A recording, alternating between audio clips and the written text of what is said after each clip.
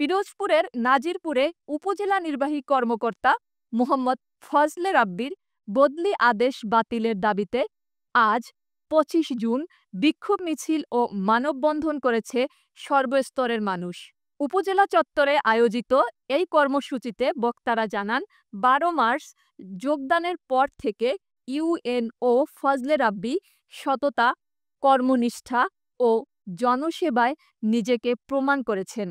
তারা অভিযোগ করেন, একটি মহল রাজনৈতিক প্রভাব খাটিয়ে ষড়যন্ত্রের মাধ্যমে এই বদলির ব্যবস্থা করছে।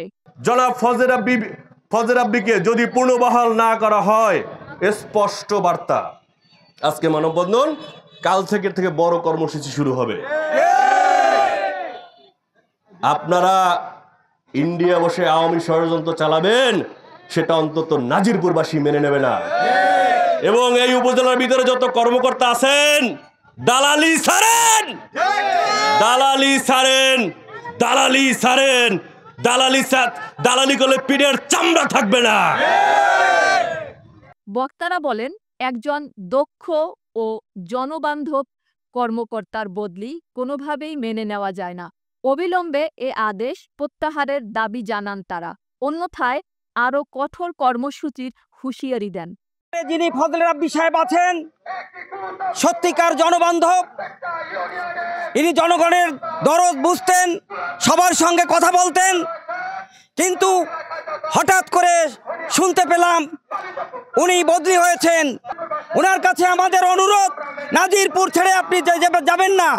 আর যদি কারো প্ররোচনায় বা কেউ যদি হঠাৎ করে তাকে বদলি করে থাকে, আমরা তার তীব্র নিন্দা জ্ঞাপন করছি এবং নাজিগণের সর্বস্তরে নাজিরপুরের জনগণ নিয়ে আমরা এই বদলি ঠেকাবো। ইনশাআল্লাহ পিরোজপুর ডিসি অফিস ঘেরাও করব, প্রয়োজন বোধে আমরা ঢাকা পর্যন্ত যাব, তবুও এই ফজলে রাব্বি সাহেবকে এখান থেকে আমরা যেতে দেব না, এই আমার দাবি। আমরা কঠোর থেকে কঠোর আন্দোলনে যাব এবং ডিসি অফিস আমরা ঘেরাও করব। আমরা চাই না এটি, আমাদের যদি বাধ্য করে আমরা ডিসি অফিস ঘেরাও করব। আমরা এই ফজলে রাব্বি সাহেবকে নাজিরপুরে তার পূর্ণ মেয়াদ পর্যন্ত দেখতে চাই। কর্মসূচি থেকে জেলা প্রশাসক ও বরিশাল বিভাগীয় কমিশনারের জরুরি হস্তক্ষেপ কামনা করা হয়।